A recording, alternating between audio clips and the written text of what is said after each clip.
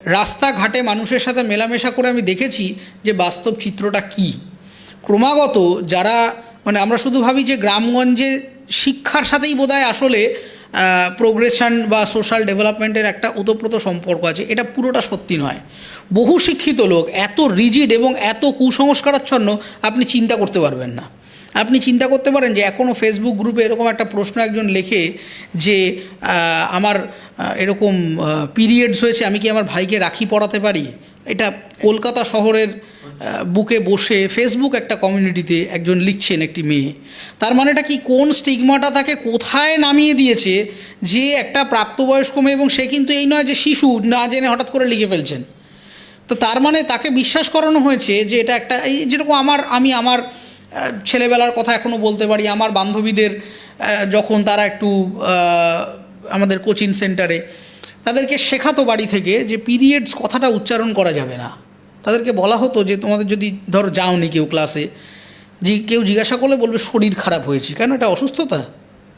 মা বাবারা শেখান। এখনও দেখবেন কলকাতা শহরের বহু পরিবারে এই আলোচনাটা আপনি করতে পারবেন না। বললেই বলবে বাবা এটা কি করছি, যেন ভগবানকে অশ্রদ্ধা হয়ে যাচ্ছে, এরকম একটা ব্যাপার। এটার মধ্যে কী আছে? এটা তো সায়েন্স। পৃথিবীর প্রত্যেকটা মানুষের মধ্যে, প্রত্যেকটা নারীর মধ্যে এটা হয়। যার হয় না বরং তার সেটা অসুস্থতার কারণ হতে পারে বা লক্ষণ হতে পারে। কিন্তু এটাকে লুকিয়ে এটাকে শরীর খারাপের সাথে কনট করবার কি হয়েছে? এইখানেই হচ্ছে আসলে গোড়ায় গলদ। এই যে জায়গাগুলো আমরা ভাবি যে একটা লোক হঠাৎ করে গিয়ে রেপ করলেন, ব্যাস সে রেপিস্ট হয়ে গেল। আর এই লোকটা কোন জায়গা থেকে, সোশ্যালাইজেশন প্রসেসটা কি, কেন এইভাবে ছেলে এবং মেয়ে এই দুয়ের, এই যে একটা মানুষ কী দেখে বড় হচ্ছে, তার আশপাশে কি হচ্ছে। আমি গত পরশুদিন একটা বাচ্চার জন্মদিনের অনুষ্ঠানে যাই। তো সে বাচ্চাটির একটা কথা আমার খুব স্ট্রাইকিংলি অবাক লাগে। বাচ্চাটি মফস্বলের, আমাদের ওই দিকের, আমার বাড়ির এলাকার। তো জন্মদিনে গেছি, তার বাচ্চারা তার বাচ্চা বন্ধুরা সব এসছে, বেজায় আনন্দ হচ্ছে। তো এবার বাচ্চাদের জন্য ফুড পার্সেল ব্যবস্থা করা হয়েছিল, যে রাত হয়ে যাচ্ছে, কেউ থাকবে না, সবাই কেক কেটে কেক পকোড়া খেয়ে পার্সেলটা নিয়ে বেরিয়ে যাবে। এই বাচ্চা ছেলেটি বলে যে আমার যারা ছেলে বন্ধু আসবে তাদেরকে বসিয়ে খাওয়াতে হবে, মেয়েদের পার্সেল দিলে আমার অসুবিধে নেই। এটা একটা বাচ্চা বলে, বাচ্চাটির বয়স 11 বছর। আপনি কি শেখাচ্ছেন তাকে? দোষটা কার? দোষটা আমাদের সবাইকে নিতে হবে। যে কেন এরকম একটা মানসিকতা আমরা তৈরি করছি, একটা রিগ্রেসিভ মানসিকতা তৈরি করছি। হঠাৎ করে ঘুম থেকে উঠে একদিন হঠাৎ মনে হলো কারোর সকালবেলা উঠে আমি ক্রিমিনাল হয়ে যাব, এটা কেউ হয় না। এই ক্রিমিনাল মাইন্ডসেটটা তৈরি হচ্ছে একটা লং স্টোরি দিয়ে। এই লং স্টোরিটা শুরু হয় স্কুল থেকে, লং স্টোরিটা শুরু হয় পরিবার থেকে, লং স্টোরিটা শুরু হয় খেলার মাঠ থেকে, পার্ক থেকে, বন্ধুদের কমিউনিটি থেকে, আড্ডা থেকে, কী ধরনের বিষয়ে কথা হচ্ছে, কি হচ্ছে না হচ্ছে। এমনকি এই যে এখন বাচ্চাদের মধ্যে আমাদের সবথেকে বড় মুশকিল হয়েছে কি, আমরা বাচ্চাদের থেকে অনেক দূরে সরে গেছি। আমরা যে প্রজন্মটাকে এত গালাগালি করছি, সারাদিন খালি কোরিয়ান গান শোনে আর এই করে সেই করে, আমরা ওদের বুঝতে পারি না। আইদার আমরা বুঝতে পারি না, অথবা আমরা আমাদের নিজস্ব কিছু ধারণা দিয়ে ওদের বোঝার চেষ্টা করি, যেটা সম্পূর্ণ ভুল। আমি বিভিন্ন স্কুলে মাঝে মধ্যে আমাকে পড়াতে ডাকে, তো আমি যাই। এরকম একটা ইংরেজি মিডিয়াম স্কুলে গত বছর অভিজ্ঞতা হয় আমার, যে আমি প্রথমে, আমার তো একটা 24-25 বছর অভিজ্ঞতা নিয়ে আমি গিয়ে ইতিহাস ক্লাস নিতে গেছি, একটা স্পেশাল সেশন। তো কিছুতেই প্রথম দুদিন দেখলাম ছাত্রছাত্রীরা কীরকম একটা আসতে হয় বলে আসছেন, ইত্যাদি করছেন, হ্যাঁ পড়তে হয় বলে পড়ছেন। তারপরে দুদিন বাদে আমি বুঝলাম যে আমার ভুলটা কী। আমার ভুলটা হচ্ছে যে আমি আমার 25 বছরের জীবন ধারণা দিয়ে ওই 9-10 বছরের বাচ্চাগুলোকে বোঝার চেষ্টা করছিলাম, যেটা করা যাবে না। আমাকে ওদের স্তরে নামতে হবে। আমাকে ওদের সাথে ওরা কি ভিডিও গেম খেললো আগের দিন কোন ওয়েস্টার্ন কনসার্টে কি একটা গণ্ডগোল হলো, সেটা নিয়ে আলোচনা করতে হবে, সেই আড্ডাগুলোর মধ্যে ঢুকতে হবে। এবং সেইটা যখন আমি করতে আরম্ভ করলাম, 3rd, 4th, 5th ডে থেকে আমি দেখলাম যে রেজিস্ট্যান্সটা ওদের ভেঙে গেল। তখন এই বাচ্চাগুলো কিন্তু, আমি ক্লাসে পড়ানোর আগেই শুরুতে আগে একটা গসিপের টাইম থাকতো, যে বাচ্চাগুলো মুখ খুলতো না, চুপচাপ বসে থাকতো খুব মুখ গোমড়া করে। কে একটা লোক এসে খালি শাল পড়ায়, লজিক পড়ায়, ইতিহাস পড়ায়, একটা বাজে লোক, তার সাথে এসে এরা গল্প করতে আরম্ভ করতো যে স্যার এই একটা ওয়েবসাইট পেয়েছি, এখানে এইসব পাওয়া যায়। তাকে বললো স্যার ওই মেয়েটার সাথে কিন্তু ওই ছেলেটার একটা এরকম ব্যাপার চলছে। এই যে গসিপগুলো, তার কারণ হচ্ছে আমরা বন্ধু হতে শিখিনি, সবসময়ই আমাদের প্যারেন্টিংয়ের যেটা ভুল হয়েছে, আমি আমার জীবন দর্শন দিয়ে দেখেছি যে আমাদের পাওয়া না পাওয়াগুলো সবসময় আমরা পরবর্তী প্রজন্মের মধ্যে চালিয়ে দিই। আমি হতে পারিনি, তুই এটা হ, আমি ওটা জোগাড় করতে পারিনি, তুই এটা কর। ওর মধ্যে আমি যেন আমার না পাওয়ার রিফ্লেকশানগুলো চাপিয়ে দিতে চাই। এই চাপিয়ে দেওয়ার সাইকোলজি, সেটা পজিটিভ হতে পারে, নেগেটিভ হতে পারে, সেটাই রিপ্রেসড হতে হতে হতে হতে এমন একটা জায়গায় চলে যায় যে অধিকাংশ প্রজন্ম অবসাদে ভোগে। অধিকাংশ ছেলেমেয়ে ভীষণ একা, তাদের কথা বলার কেউ নেই, গল্প করার কেউ নেই। আমরা কী করি, সারাদিন বিশাল ব্যস্ত, কাজ করে ফাটিয়ে দিচ্ছি, কিচ্ছু করছি না। কাজ করে বাড়িতে গিয়ে কোথায় বোনের সাথে একটু গপ্প করব, তার স্কুলের গসিপগুলো শুনবো, কারণ ওরা তো নতুন নতুন জিনিসপত্র শেখে, ওদের মাথায় খুব আজগুবির ধারণা আসে। এখন ছেলেমেয়েরা অনেক অ্যাডভান্স হয়ে গেছে, কারণ আমি যে জিনিস, দেখুন আমাদের জানার সোর্সটা কি, আপনি কোথা থেকে শিখছেন, ইন্টারনেট থেকে শিখছেন। তো আপনি যে ইন্টারনেট স্পেসে আছেন, আমি আপনার থেকে 5-7 বছরের ছোট হয়ে একই ইন্টারনেট স্পেসে আছি, আমার থেকে 10 বছরের ছোট আমার বোন, সে আর একই স্পেসে রয়েছে। সো আমরা একটা কমন স্পেসে কোহ্যাবিট করছি, আমাদের সোর্স অফ ইনফরমেশনগুলো কমন। ফলে যেটা আজকে খবর হলো, আপনি জানছেন, আমি জানছি, 15 বছরের বাচ্চাটিও জানছে। তো আমাকে এটা বুঝে নিতে হবে যে এটা আগেকার মতো নয় যে আমি ইনফরমেশন হাইড করব, যে না এটা তোমার জানা উচিত নয়। ও জানবেই, কিন্তু জানার পরে তার মোরাল ভ্যালু সেটিংটা আমাকে করতে হবে।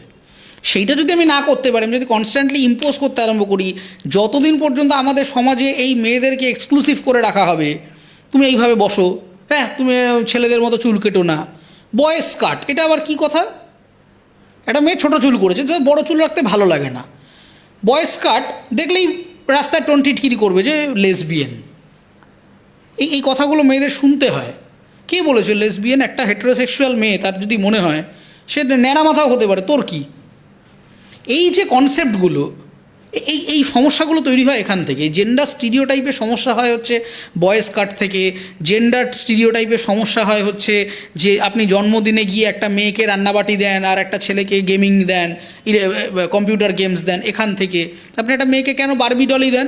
একটা রেসিংয়ের গেমের প্লেস্টে দিতে পারেন তো, এক্সবক্স দিতে পারেন তো, দেই না তো আমরা রান্না বান্না দেই, বিউটি প্রোডাক্টস দেই, ওদেরকে মেকআপ, আমরা বলি না একটা ছেলে মেকআপ শিখুক, টোন টিটকিরি করে যাচ্ছে তাই কাণ্ড করে দেবে।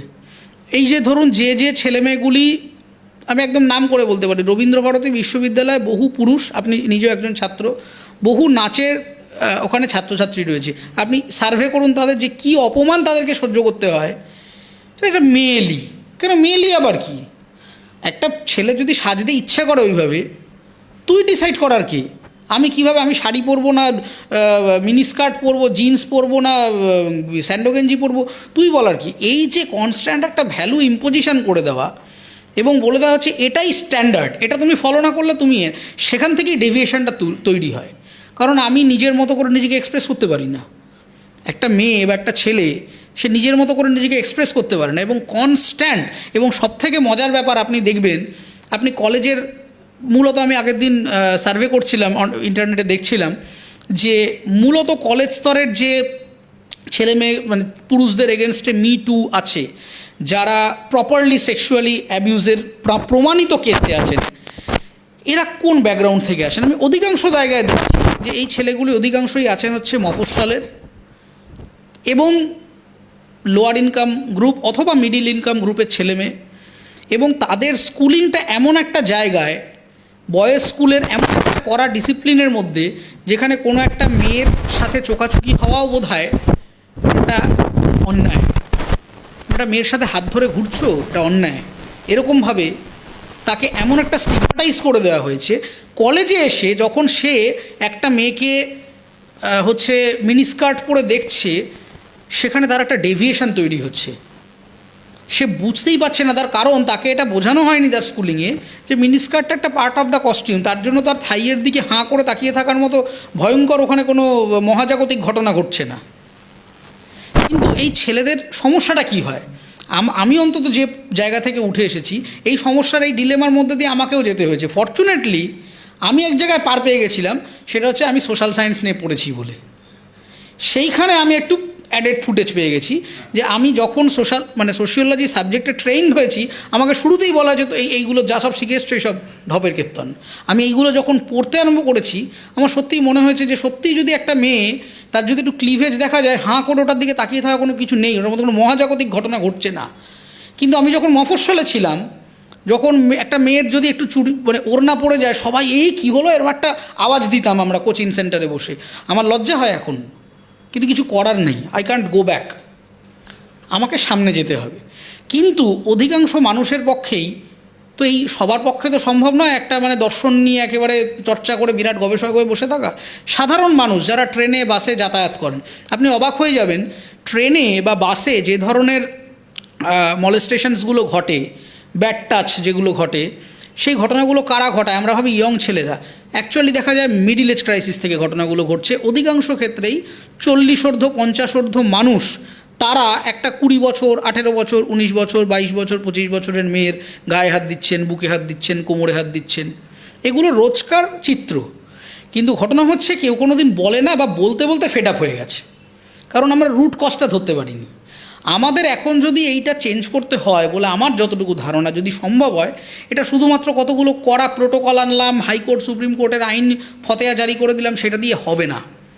আমাদের জেনারেশনাল ডেভেলপমেন্ট প্রয়োজন। আমাদের এই সেক্স এডুকেশনটা তৈরি করতে হবে যে তোমার আমার একটা মেয়েকে ভালো লাগলো, সেই মেয়েটির আমাকে ভালো লাগে না, আমাকে সে রিজেক্ট করে দিল। এই রিজেকশানটা নিতে জানতে হবে, যেটা একটা সময় আমাদের বলা হতো যে রিজেকশান, তোমাকে মেয়েটা রিজেক্ট করছে কেন, এত বড় সাহস, আমাকে রিজেক্ট করছে। এইখান থেকে তৈরি হয় হচ্ছে অপরাধপ্রবণ মানসিকতা। সেখান থেকে আপনি মফস্বলে দেখবেন ক্রমাগত বাড়ছে acid attack, molestation, rape, abuse, threat. এমনকি সেটা আমি সাম্প্রতিক ইতিহাসে বলে দিতে পারি, আমার কাছে এরকম ইনফরমেশানও রয়েছে যে এই ইনপুটগুলো একটা ক্লাস 7-8 মেয়েদের কাছেও এই ধরনের থ্রেট যাচ্ছে। 7-8 মেয়েদের কাছে 9-10 ছেলেরা, ধরুন একটা ক্লাস 9 ছেলে 8 মেয়েকে পছন্দ হয়েছে, কলকাতার দামি ইংলিশ মিডিয়াম স্কুলের এরকম ঘটনা আছে, আমি ইনপুট আছে, আমি সেসব ছেলে মেয়েদের সাথে মিট করেছি, যেখানে তারা বলছে যে আমার ওই ছেলেটাকে পছন্দ হয় না দাদা, বা আমার ওই মেয়েটাকে পছন্দ হয় না। কিন্তু এই যে মানে আমার পছন্দটা যে নাও হতে পারে, এইটা অ্যাকসেপ্ট আমরা করতে পারি না। এটা ছেলেদের বোধহয় সোশ্যালাইজেশন প্রবলেম। আমাদের তখন প্রচণ্ড মেল ইগো শ্যাটার্ড হয়ে যায়। এটা আমি বলতে পারছি সোশ্যালাইজেশনের ট্রেনিংটা আছে বলে, না থাকলে হয়তো বলতে পারতাম না। কারণ এক সময় আমার হতো, আমি যদি আমার নিজের জীবনটায় কতগুলো স্লাইসে ভাগ করে নিই, একটা স্লাইসে এগুলো আমারও হতো। কিন্তু পরে আমি বুঝতে পেরেছি যে এটা গণ্ডগোলটা হয়ে গেছে আমার গোড়ায়, আমার একদম আশপাশের পৃথিবীটা, যে পৃথিবীটা থেকে আমি শিক্ষা নিয়েছি, সেই পৃথিবীর ইনপুটগুলোতে আমার প্রবলেম রয়েছে, সেই ভ্যালু সিস্টেমগুলোয় প্রবলেম রয়েছে। একটা মেয়ের এলো হাঁ করে এরকমভাবে তাকিয়ে থাকার কিছু নেই। একটা মেয়ের যদি ওড়নাটা পড়ে যায়, হাঁ করে এরকম বুকের দিকে কতটা দেখা যাচ্ছে, এটা অত কৌতূহলী হওয়ার মতো কিছু ঘটনা নেই তার মধ্যে। এই কৌতূহলটা জন্মায় হচ্ছে সোশ্যালাইজেশন থেকে, এবং সেইটাই আস্তে আস্তে আস্তে আস্তে যখন আমরা কন্ট্রোল করতে পারি না, তখনই এটা অ্যাবিউজে পরিণত হয়। তখন একটা অথরশিপ তৈরি হয়ে যায় যে আমাকে দেখাচ্ছ না কেন, হে তুমি, আমি চাইছি তোমাকে স্পর্শ করতে, তুমি করছো না কেন। মানে আমার একটা মেয়ের প্রতি, ইনফ্যাক্ট এটা আপনি অবাক হয়ে যাবেন যে এটা এই রেপ টেন্ডেন্সিটা শুধুমাত্র ইয়েতে নয়, মানে আপনার মানে কোনো অচেনা মেয়ের ক্ষেত্রে নয়, বেশিরভাগ ক্ষেত্রে এই অভিযোগগুলো আসে হচ্ছে সম্পর্ক থাকাকালীন, বিয়েতে থাকাকালীন, লিভিনে থাকাকালীন, যে আমার আজকে পছন্দ হচ্ছে না, আমি হয়তো টাচ করে ফেললাম তাকে, হয়তো আননোয়িংলি, আমি হয়তো এক্সপেক্ট করে ফেলেছিলাম, কিন্তু সে বলল ভাই আজকে নয়। এই নয়টা মেনে নিতে কীরকম একটা যেন পাজেলড হয়ে যাচ্ছি আমরা সবাই, যে না কেন, কে হে তুমি না। এইটা আমাদেরকে একেবারে জন্মস্তর থেকে শিখতে হবে যে আমার যেরকম উত্তেজনা, আমার যেরকম হরমোনের উৎসাহের কৌতূহলের দাম আছে, আমার যে সঙ্গী তারও উত্তেজনা, তারও হরমোন, তারও উৎসাহ কৌতূহলের ইকুয়াল একটা দাম আছে। এই সিম্পল গ্রামারটা যদি আমরা একটু ছোট থেকে সবার মধ্যে শেখাতে পারি, এবং সেটা 5-10 বছর টাইম লাগবে, হঠাৎ করে একদিন ঘুম থেকে উঠে এগুলো হবে না, কিন্তু সেটা যদি আমরা স্কুল লেভেলে, আমরা যদি কলেজ লেভেলে, আমরা যদি বাড়িতে, খেলার মাঠে, এই জায়গাগুলোয় আমরা সত্যিই শেখাতে পারি, আমি আপনাকে লিখে দিতে পারি যে এই ক্রাইমের সংখ্যাটা আস্তে আস্তে আস্তে আস্তে কমবে। এই জায়গাটা, এই ডেভিয়েটটা শুরু হয় হচ্ছে যে জায়গা থেকে, সেটা হচ্ছে অথরশিপ। যে একটি মেয়ে, আমি নেশা করে থাকি বা সুস্থ অবস্থায় থাকি, একটি মেয়েকে প্রপোজ করলাম, তাকে আমি বললাম সে আমি না করলো, এই না কেন করলো, তার অ্যাজ ইফ তার না করে তার কন্ট্রোল করে ফেলেছে, এবং আমাকে আমার গোলটা অ্যাকমপ্লিশ করতে হবে। এই যে একটা অদ্ভুত সাইকোলজি, এটা অধিকাংশ প্রবলেমের করে যে ঘটনাটি ঘটেছে আপনি সীমিত করে দিচ্ছেন, এর মধ্যে আমি একটা রাজনৈতিক অভিসন্ধি করছি। কারণ আপনি যদি দেখেন যে অনেকেই নির্ভয়া কাণ্ডের সাথে এটাকে মেলাচ্ছেন। নির্ভয়া কাণ্ডে কিন্তু রেপের পরে প্রমাণ লোপাট এবং ইত্যাদির জন্যে মারা হয়েছে তাকে, রেপ চলাকালীন মারা হয়েছে। এখানে কিন্তু একটু উল্টো ঘটনা ঘটেছে। এখানে আগে প্রচণ্ড পিটিয়ে খুনের পরে হচ্ছে ধর্ষণ। তার মানে শুধু ধর্ষণটা ইন্টেনশন না, কোনো একটা কারণে খুন করাটাও উদ্দেশ্য ছিল, এবং সেই খুন যে করেছে সেই খুনটা হঠাৎ করে ফেলেছি ভুল করে নেশা করে তা নয়, প্রপার রেকি করে। আপনি যদি দেখেন যে কোথায় গেছিল, কতক্ষণ ছিল, কখন সেমিনার রুমে যাচ্ছে, কি হচ্ছে না হচ্ছে, এর পুরো ইনফরমেশান তার কাছে ছিল, এবং দীর্ঘদিন ধরে একে অবজার্ভ করা হয়েছে আমাদের ভিকটিমকে, করে একদম পরিমিতভাবে টার্গেট করে। এবং যে মানে আমরা পোস্টমর্টম রিপোর্ট যদিও মিডিয়ায় আসেনি, কিন্তু ইনকোয়েস্ট রিপোর্টটা থেকে আমরা যেটা দেখতে পাচ্ছি যে ধরনের মারের আঘাতের কথা বলা হচ্ছে, দেখবেন রাজনৈতিক হত্যা, রাজনৈতিক যদি কোনো নেতা মন্ত্রীর সাথে কোনো কনস্পিরেসিতে আপনাকে হত্যা করা হয়, আপনাকে এইভাবে মারা হবে না, আপনাকে গুলি করা হতে পারত, আপনাকে পেটে ছুরিয়ে ঢুকিয়ে দেওয়া হতে পারত, যেগুলো আমরা রোজকার খবরে দেখেছি গণহত্যায়, আপনাকে গায়ে বোম মেরে দেওয়া হতে পারত। আবার খুব মানে সুচতুর মানে ইনফ্লুয়েন্সিয়াল ব্যক্তি হলে কোনো একটা দুর্ঘটনার মোড়কে আপনাকে মুড়িয়ে দেওয়া যেতে পারত। এইভাবে পিটিয়ে মারা কেন? তার মানে হচ্ছে এর ইন্টেনশনটা সামহাও যে বা যারা যুক্ত আছে তাদের এটা ছিল যে আমি খুব উচিত শিক্ষা দিয়ে মারবো। এই উচিত শিক্ষা দেওয়ার কারণটা কি? কিসের থেকে উচিত শিক্ষা? সবাই এখন হঠাৎ ন্যাকামো শুরু করেছে যে রাজনীতি চাই না, এই চাই না, সেই চাই না, কিন্তু রাজনীতিই চাই। রাজনীতি আর রাজনৈতিক দল কিন্তু আলাদা জিনিস, কিন্তু এটা রাজনীতি ছাড়া আপনি সলভ করতে পারবেন না, কারণ এটা রাজনৈতিক কারণে হয়েছে। রাজনীতির কারণের জন্যই মুখ্যমন্ত্রী এসে বললেন প্রথমেই কিছু না করে যে আমরা সিবিআইকে ইনভোক করবো, আমাদের কিছু লুকানোর নেই। তাহলে যখন সিবিআইকে আপনারা আটকান, লক্ষ লক্ষ টাকা খরচ করে সুপ্রিম কোর্টে অ্যাডভোকেট পাঠান, তখন কি আপনার কিছু লুকোনো থাকে? রাজনীতি আছে বলেই অধ্যক্ষমশাই যখন এরকম প্রচণ্ড ঘটনা ঘটে যাচ্ছে, তারপরে কোথায় ইনভেস্টিগেট করবেন, এফআইআর লজ করবেন, ইত্যাদি করবেন, সেসব কিছু করলেন না। উল্টে মেয়েটির ঘাড়ে দোষ দিয়ে দিলেন যে ওই আসলে ওর একটু কেয়ারফুল হওয়া উচিত ছিল, ও কেন একা অন্ধকারে কেন সেমিনার রুমে গেছে, ওর দায় আর কি। মানে রেপ হলে যার রেপ হচ্ছে তাকে সমস্ত দায়িত্ব নিতে হবে, বাকি আমরা কেউ কোনো দায়িত্ব নেব না, পুলিশ প্রশাসন কিছু নেবে না, মেয়েদের সমস্ত ঠেকা পড়েছে, তারা তাদের নিজেদের কাজ করে নেবে। আত্মহত্যাও বলা, এমনকি আত্মহত্যা বলা হয়েছে। এবং শুধু আত্মহত্যা বলাই নয়, কত দ্রুত সম্ভব এই শবদেহটি দাহ করা যায় তার জন্য একেবারে প্রচণ্ড উদ্বেগ সবার। কেউ এটা ভাবলো না যে আমার একটা সেকেন্ড অর্ডার পোস্টমর্টম করা যেত, সেকেন্ড অর্ডার ফরেন্সিক করা যেত, এই ফরেন্সিককে চ্যালেঞ্জ করে আমি হায়ার কোর্টে যেতে পারতাম যে এই ফরেন্সিকটা ঠিক হয়েছে কি না। অপশানই নেই। তার কারণ এই যে মুখ্যমন্ত্রী সিগনিফিক্যান্ট কথাটি বলেছেন যে আমাদের সত্যিই লুকোনোর নেই, একদম ঠিক কথা বলেছেন। কারণ লুকোনোর যেটা ছিল সেটা হচ্ছে এই শবদেহ। এই শবদেহটাই একমাত্র গুরুত্বপূর্ণ এভিডেন্স ছিল, যেটাকে আপনি কিন্তু ফরেন্সিকের বিজ্ঞানে ফেললে এখান থেকে অনেক ইনফরমেশান আপনার বেরিয়ে আসতো। সে কারণে উঠে পুরো লেগেছে কীভাবে শবদেহটিকে আগে গায়েব করে দিতে হয়, একদম নিশ্চিহ্ন করে দিতে হয়। এবং সেই নিশ্চিহ্ন করতে পারার পরেই আপনি দেখবেন হঠাৎ করে এই গান গাইতে আরম্ভ করলো সবাই যে কিচ্ছু লুকোনোর নেই। এমনকি গতকাল শুনছি আবার রেনোভেশনের কাজ শুরু হয়ে গেছে কোথায় নাকি অ্যাডজাকেন্ট রুমগুলোতে। তার মানে ঘটনাটা হচ্ছে এই ঘটনার পেছনে এমন কোনো প্রভাবশালী ব্যক্তি আছেন, এক বা একাধিক হতে পারেন, সে নেতা, মন্ত্রী, আমলা না ক্রিমিনাল সে আমার জানার দরকার নেই, কিন্তু তিনি এতটাই প্রভাবশালী যার প্রভাবটা মুখ্যমন্ত্রীর ওপরেও খাটে। সেই কারণেই মুখ্যমন্ত্রীর বলা বয়ান ওভারটার্ন হয়ে যায় ওই প্রভাবশালী ব্যক্তির ইনফ্লুয়েন্সে। এই ব্যক্তি কে থাকতে পারে? আমি তো রাজ্যে আমার হিসেবে অন্তত মমতা বন্দ্যোপাধ্যায়ের পরে রাজনীতির উপরে আর প্রভাবশালী কেউ হতে পারেন, এটা আমি কিছুতেই অঙ্কে মেলাতে পারছি না। কিন্তু ওই ব্যক্তিটি কে, যিনি মমতা বন্দ্যোপাধ্যায়কে চাপে রেখে একেবারে 6 ঘন্টার মধ্যে আরেকটা অন্য জায়গায় এই অধ্যক্ষকে ট্রান্সফার করে দিলেন? এর আগেও, এটা প্রথম নয়, এর আগেও নাকি এই ব্যক্তি বারবার ইস্তফা দিয়েছেন, তার নাকি ইস্তফা গ্রহণ হয়নি, 2-3 ঘন্টার মধ্যে সকালে যান বিকেলে চলে আসেন। এই ব্যক্তিটি কে বাবা, সেইটা আমার খুব জানার প্রয়োজন। যার ছত্রছায়া থেকে এই সমস্ত লোকজন তারা এত বড় পেয়াদা হয়ে উঠেছে এক একজন, এইটা আমাদের এনকোয়ারি করতে হবে। এবং আরেকটা সিগনিফিক্যান্ট প্যাটার্ন আপনি যদি দেখেন যে সবাই বলছে স্টেটের লোকজন কিছু করছে না। আচ্ছা, আমি আমার নিজের কনভোকেশনের কথা বলছি। আমার যাদবপুর বিশ্ববিদ্যালয়ে গত বছর, এছাড়া প্রেসিডেন্সি কলেজে আছে, ক্যালকাটা ইউনিভার্সিটিতে আছে, বহু জায়গায় যখন কোনো ভিসি গণ্ডগোল করে, করাপ্টেড হয়ে যায়, ঝামেলা করে, ছাত্রদের সাথে মিসকমিউনিকেশন করে, মিসকন্ডাক্ট করে, ছাত্ররা আন্দোলন করলে আপনি বিগত 3-4 বছরের হিস্ট্রি দেখুন, স্টেট গভর্নমেন্ট বারবার ইন্টারভেন করে মুহূর্তের মধ্যে কিন্তু দারুণ ডিসিশন নিয়েছে। এমনকি আমি আমার নিজের কনভোকেশন নিয়েছি ভাইস চ্যান্সেলরের অনুপস্থিতিতে, শিক্ষামন্ত্রী উপস্থিত ছিলেন ওই দিন ফিল্ডে। তিনি বলেছিলেন যে রাজ্যপাল নন কোঅপারেশন করছেন, রাজ্যপাল করুক না করুক, ছাত্রদের ভবিষ্যৎ আমরা অন্ধকারে যেতে দেবো না। ভাইস চ্যান্সেলর উনি অ্যাপয়েন্ট করুন বা না করুন, বা উনি তাকে আসতে বারণ করুন, আমরা দাঁড়িয়ে থেকে ছাত্রদের কনভোকেশন দেবো, এবং কনভোকেশনটি হয়েছে।